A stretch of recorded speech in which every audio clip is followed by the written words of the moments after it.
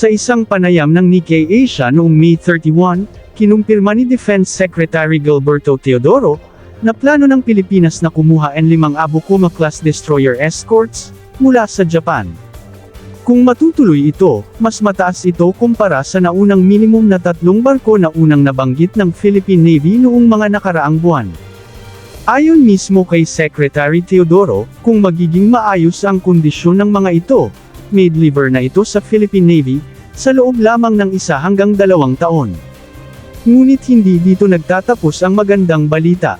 Ayon kay Teodoro, donation o libre ang mga barkong ito na ita-transfer sa Pilipinas, simbolo ng magandang relasyon ng dalawang bansa. Para sa mga hindi pa pamilyar sa Abukuma class, bagamat madalas silang tawaging destroyer sa ilang ulat, ngunit technically classified ang mga ito bilang destroyer escorts. Sa modern naval standards, mas maihahambing sila sa mga light frigates na may kakayahang magsagawa ng anti-submarine warfare, maritime patrol operations, escort missions, at surface combat missions. Sa loob ng maraming dekada, nagsilbi ang mga barkong ito, bilang isa sa mga pangunahing bahagi ng maritime defense ng Japan. Ngayon, posible na sila ay magdala na ng bandila ng bansa. Ngunit aling mga barko ang posibleng mapunta sa Philippine Navy? Yan ang tanong ngayon, dahil 5 lamang ang kukunin, hindi 6. Isa sa mga barkong madalas mabanggit, ay ang JS Sendai, ang unang Abukuma-class vessel na kasalukuyang dinidecommission ng Japan. Kamakailan lamang, ay nakita itong tinanggalan na ng ilan sa mga pangunahing armas nito, dahilan upang magkaroon ng iba't ibang espekulasyon, tungkol sa magiging hinaharap nito. Kung sakaling hindi may sama ang JS Sendai sa transfer package, ang 5 barkong posibleng mapunta sa Pilipinas ay JS Abukuma, JS Jinsu, JS Oyodo, JS Chikuma, JS Tony.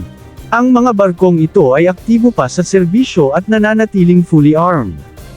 At dito pumapasok ang isa sa pinakamahalagang usapin sa buong deal. Ang tungkol sa Harpoon missile ng mga barkong ito. Isa sa pinakamalaking tanong ngayon, ay kung kasama ba sa transfer package, ang kanilang RGM-84 Harpoon anti-ship missile systems. Ang Harpoon, ay isa sa pinakasikat at pinakamatagumpay na anti-ship missile sa mundo. Ginagamit ito ng maraming kaalyado ng Estados Unidos, at napatunayan na ang kakayahan nito, sa maraming naval combat operations. Ngunit may isang mahalagang hadlang. Dahil American-made ang Harpoon missile system, kinakailangan muna ng pahintulot mula sa Estados Unidos, bago ito legal na mailipat mula sa Japan papuntang Pilipinas, sa ilalim ng Arms Export Control Act. Gayunpaman, dahil sa patuloy na paglalalim ng trilateral defense cooperation ng Pilipinas, Japan, at Estados Unidos, maraming defense analysts ang naniniwala, na maaaring maging formalidad na lamang ang prosesong ito. Kung maaaprubahan ang pag-transfer ng Harpoon missiles, malaking dagdag ito sa kakayahan ng Philippine Navy, na depensahan ang mga karagatan ng bansa, laban sa anumang potensyal na banta. Subalit may kaakibat ding hamon. Sa kasalukuyan, gumagamit ang Philippine Navy ng South Korean-made, na Sea-Star anti-ship missile sa ilan nitong modernong barko. Kapag naidagdag ang Harpoon system, kakailanganin ng Pilipinas ng bagong logistics chain, maintenance support infrastructure, spare parts inventory, at karagdagang pagsasanay para sa mga crew at maintenance personnel. Ngunit kung pagbabasehan ang mga nakaraang modernization projects ng Philippine Navy, malamang na napag-aaralan na ng mabuti ng ating hukbong dagat ang mga aspetong ito, bago pa man maisakatuparan ang transfer. Kung tuluyang matatanggap ng Pilipinas ang 5 Abukuma-class warships, ito marahil ang isa sa pinakamalaking single expansion ng surface fleet ng Philippine Navy, sa modernong kasaysayan nito. Sa isang hakbang lamang, madidagdagan ng 5 karagdagang combat-capable warships ang inventory ng bansa. Hindi lamang nito iangat ang kakayahan ng Navy sa patrol operations, kundi mapapalawak din ito ang presensya ng Pilipinas sa West Philippine Sea at iba pang strategic maritime areas. Sa ngayon, ang pinakamalaking tanong, ay kung maaaprubahan ang Harpoon missile transfer, at kung gaano kabilis maisasama ang mga barkong ito, sa operational fleet ng Philippine Navy. Ngunit isang bagay ang malinaw. Nagsisimula ng makita ang konkretong resulta ng lumalalim na strategic partnership sa pagitan ng Pilipinas at Japan. Samantala, heto naman ang pangalawang exciting news. Hindi lamang mga barko ang maaaring susunod na tulong mula sa Japan. Sa isang exclusive interview ng Asahi Shimbun kay Defense Secretary Gilberto Teodoro, sa sidelines pa rin ng Shangri-La Dialogue noong May 30, inihayag niya, na isa sa mga strongest candidates para sa future missile acquisition ng Pilipinas, ang Japanese-made Type 88 surface-to-ship missile.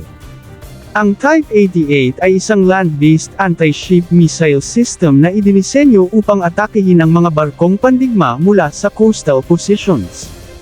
Ito rin ang missile system na ginamit ng Japan Self-Defense Forces sa kanilang live-fire exercise sa Balikatan 2026. Sa panahon kung saan lalong tumitindi ang kahalagahan ng coastal defense, ang pagkakaroon ng ganitong uri ng missile system, ay maaaring magbigay sa Pilipinas ng mas malawak na kakayahan, upang protektahan ang mga strategic coast, at maritime approaches nito. Ayon kay Teodoro, bagamat may iba pang missile systems na may kahalintulad na kakayahan, seryosong pinag-aaralan ng gobyerno ang Type 88, bilang bahagi ng pagpapalakas ng coastal defense network ng bansa. Ibinunyag din niya, na napag-usapan nila ni Japanese Defense Minister Shinjiro Koizumi ang performance ng missile system, at maging ang mga posibleng deployment locations nito sa Pilipinas. Bukod dito, nagpapatuloy rin ang mga pag-uusap tungkol sa defense industrial cooperation, na maaaring magbukas ng mas malalim na military at technological partnership sa pagitan ng dalawang bansa sa mga susunod na taon. Ngunit hindi lang transfer of equipments ang itutulong ng Japan sa Pilipinas. Isa pang malaking development, ang kasalukuyang negosasyon para sa General Security of Military Information Agreement o GSOMIA. Kapag nalagdaan ang kasunduang ito, magkakaroon ng legal framework ang Pilipinas at Japan, upang magbahagi ng mga sensitibo at classified military information. Kabilang sa mga impormasyong maaaring may bahagi ng Japan, ay satellite imagery, signals intelligence, surveillance information, at data na may kaugnayan sa pagmomonitor ng mga submarine movements. Sa kabilang banda, maaari namang magbigay ang Pilipinas ng radar tracking data mula sa West Philippine Sea, South China Sea, at Luzon Strait. Para sa maraming defense observers, ang GSOMIA ay hindi lamang simpleng kasunduan sa pagpapalitan ng impormasyon. Ito ay kasunduan ng pagtutulungan, upang ma-detect at ma-track, ang lahat ng movements ng mga submarine at fighter jets, ng isang pasaway at gahaman na bansa.